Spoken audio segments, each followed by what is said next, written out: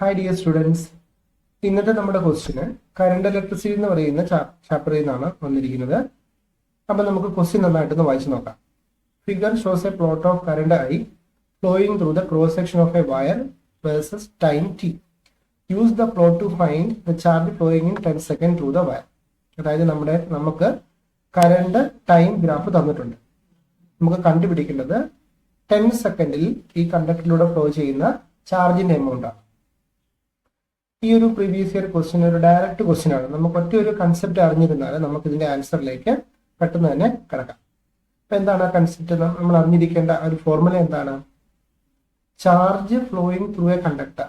അപ്പൊ നമുക്ക് IT graph തന്നിട്ടുണ്ടെങ്കിൽ ചാർജ് കണ്ടുപിടിക്കാൻ വേണ്ടി ഏരിയ അണ്ടർ IT ഗ്രാഫ് കണ്ടുപിടിച്ചാൽ മതി. അതായത് 10 സെക്കൻഡിൽ ഫ്ലോ ചെയ്യുന്ന ചാർജ് കണ്ടുപിടിക്കാൻ വേണ്ടി ഈ 10 സെക്കൻഡ് വരെയുള്ള ഗ്രാഫിന്റെ ഏരിയ അണ്ടർ ദ കർവ് കണ്ടുപിടിക്കാം.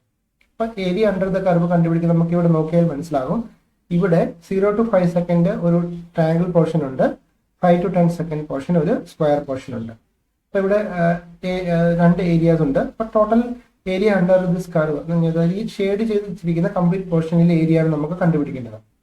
അപ്പം കംപ്ലീറ്റ് ഏരിയ കണ്ടുപിടിക്കാൻ വേണ്ടി area under the curve from 0 to 5, അതായത് area of the triangle plus area of the square കണ്ടുപിടിച്ചാൽ നമുക്ക് ടോട്ടൽ ഏരിയ കണ്ടുപിടിക്കാം.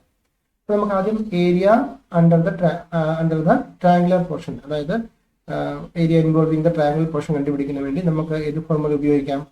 Half into B into H, half into base into height. That is half into 0 to 5 second. അപ്പൊ base 5 വരും, ഹൈറ്റും 5 second. Half into 5 into 5. നമുക്ക് first area A1 കിട്ടി. ഇനി second നമുക്ക് നോക്കിയാൽ മനസ്സിലാകും, ഇതിന്റെ സൈഡുകൾ ഇത് 5 ആണ്, അതിൽ 5 യൂണിറ്റ് ആണ്. അപ്പൊ ഇതൊരു സ്ക്വയർ ആണ്.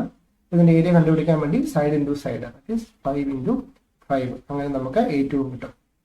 ദാറ്റ് ഈസ് ഈക്വൽ ടു 25/2 ആണ് ആദ്യത്തെ പോർഷൻ വരുന്നത്. That is 12.5 plus 5 into 5, 25. That is equal to 37.5 എന്ന് നമുക്ക് ആൻസർ കിട്ടും. So charge equal to 37.5 coulomb ആണ്.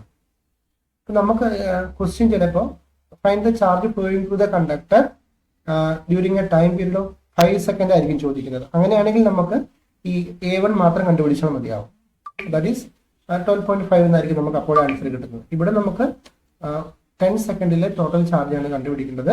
അതിനുവേണ്ടി നമ്മൾ കംപ്ലീറ്റ് ഏരിയ നമ്മൾ കണ്ടുപിടിച്ചു. 10 സെക്കൻഡ് വരെയുള്ള ഏരിയ അണ്ടർ ദ കർവ് നമ്മൾ കണ്ടുപിടിച്ചിരിക്കുകയാണ്. ഓക്കെ സ്റ്റുഡൻസ്, മറ്റൊരു ക്വസ്റ്റ്യനായിട്ട് പിന്നെ കാണാം. Thank you.